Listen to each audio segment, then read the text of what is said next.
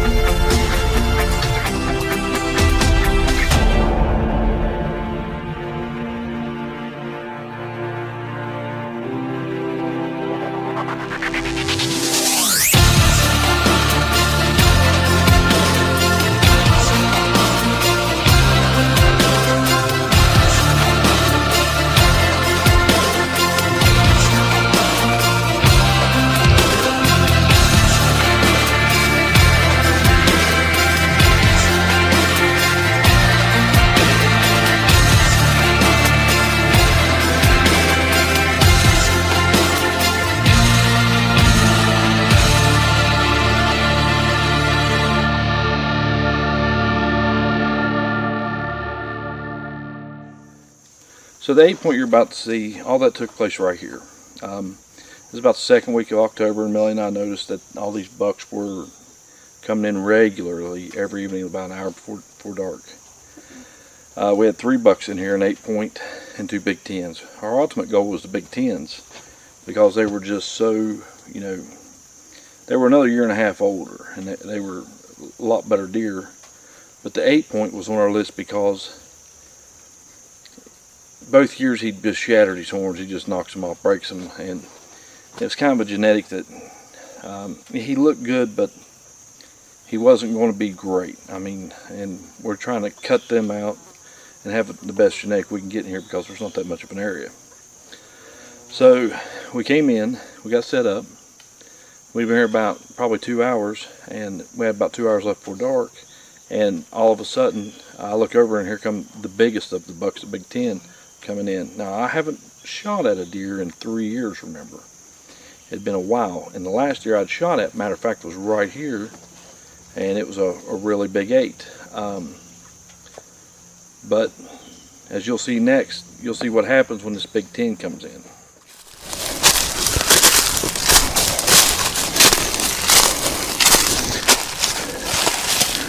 Well, we're here in the second week of hunting season. We're here on my home farm in Ripley, West Virginia. We've been up in the high a lot watching, just deer really isn't cooperating. So instead of harassing them, we backed out. We got a couple nice bucks on this farm that are coming out pretty early. I hear squirrels hammering, so which means I hope we're not too late getting in. That's what I hope it means. We're going to sneak out this ridge, come in on the backside of the stands, drop in. What we're doing is watching staging area that's in between 2 big fields. We're just going to sit there and wait on them. I went to dump out about 5 pounds of salt, but ended up spilling the whole 50-pound bag of it. So we're going to sit there and see what happens. So come hang out with us, see how it goes down.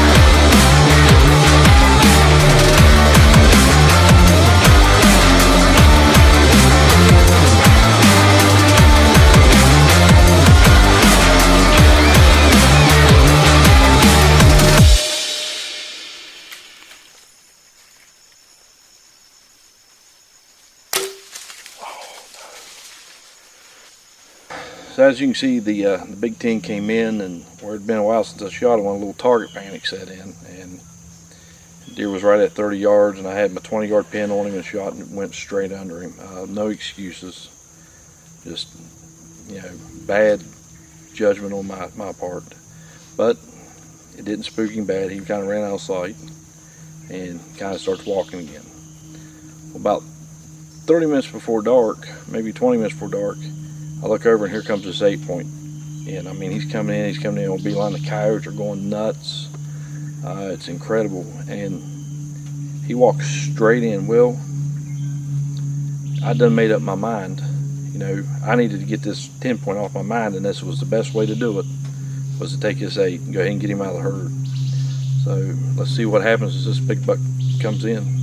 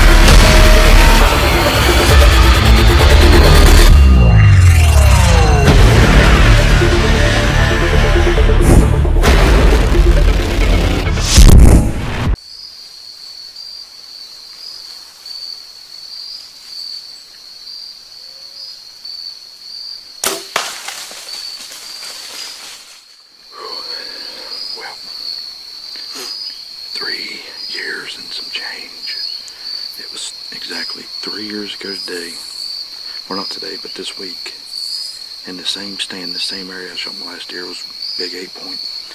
This 8-point's nowhere near as big, but his body and stuff like that, you know, we want him out of here.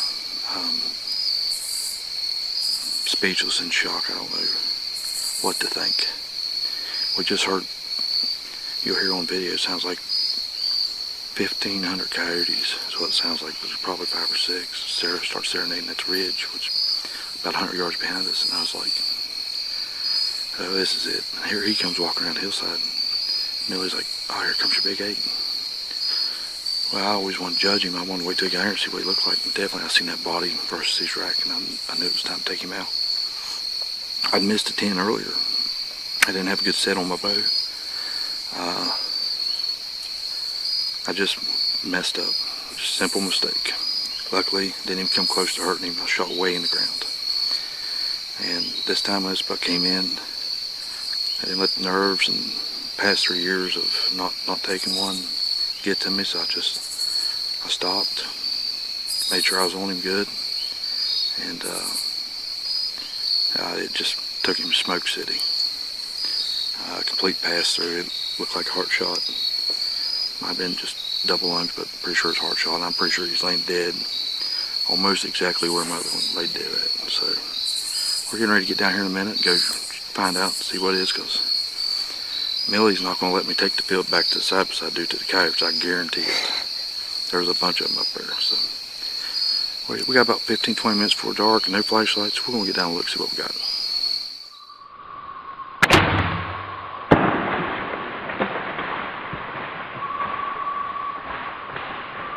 baby, guess what Daddy did?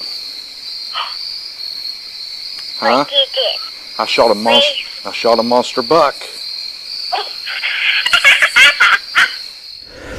Well, here's the result from the second week of the West Virginia archery season. This is one of the 3 bucks we had coming in.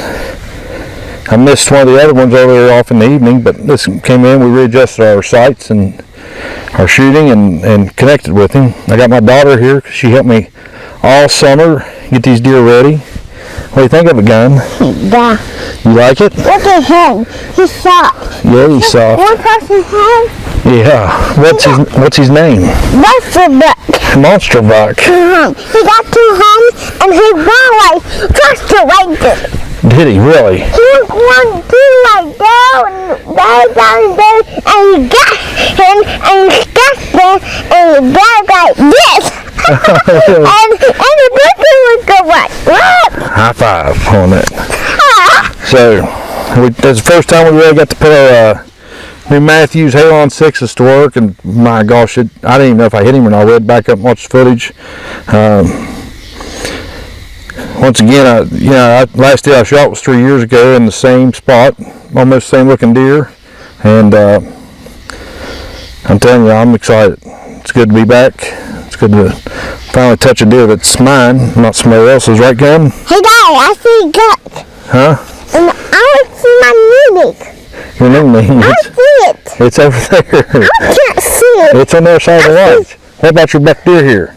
Oh, yeah. It's mine. How many points he got? 1, 2, 3, 4, 5, 6, 7, 8, 9, 10. Oh, you going to, but we'll take it. That's 1, 2, 3. Look at these. Ears? Touch them. Soft, aren't they? Yeah. Look at this feel. Yeah. Oh, look at this. Now watch out, his tongue sticking out. Ooh, yucky. 3 years old and she's ate up with it already. He's got a tail, better watch it. So this is the future right here. Now, I'm touching his tail. This is the future. She's you got blood on you? Yeah.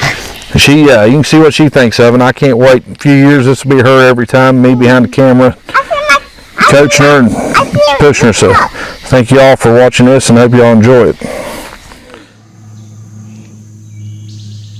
I can't describe the memories I've made in this place, and it started with my grandpa, which who I lost, and now it currently is with my daughter, which it just gets better. There's been some struggles in this holler. I've missed some big bucks, and then also I shot my dream buck, which was a big 140-inch 8-point, just absolute perfect. Which to me, that's the ultimate deer that gets a perfect clean mainframe 8. And it was a hard hunt, hard day, but the very first set when we set up in here, luck was on our side. So let's see how that hunt goes out. As I'm with my buddy Brad Nicely from work, he came in to film me. We're going to try to take his big buck down. Let's see what happens.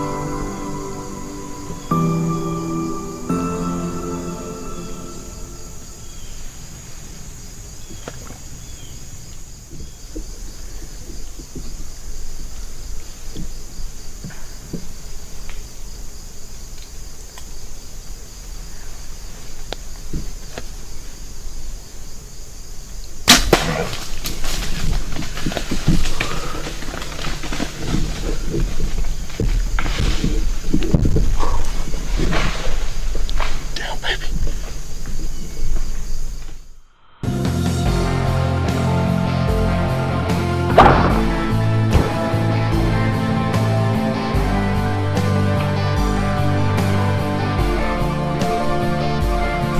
Absolutely drenched in blood. We reviewed the footage and we heard him crash just on that point right there, so we know he didn't go too far. So I mean, I'm just tickled to death. Tickled to death. I couldn't be any more happier. I could go the rest of the year and I don't think I could get a deer make me as happy as this one here is. One, because it's in my hometown. Two, because it's off my farm. And three, because it's just a beautiful, heavy, gorgeous ape. Gorgeous buck. So I hope y'all enjoy this as much as I did. It'll be a while. Talk to me in the next week or so after I kill this deer. If I'm just dazing off, that's because I'm still thinking about the shot.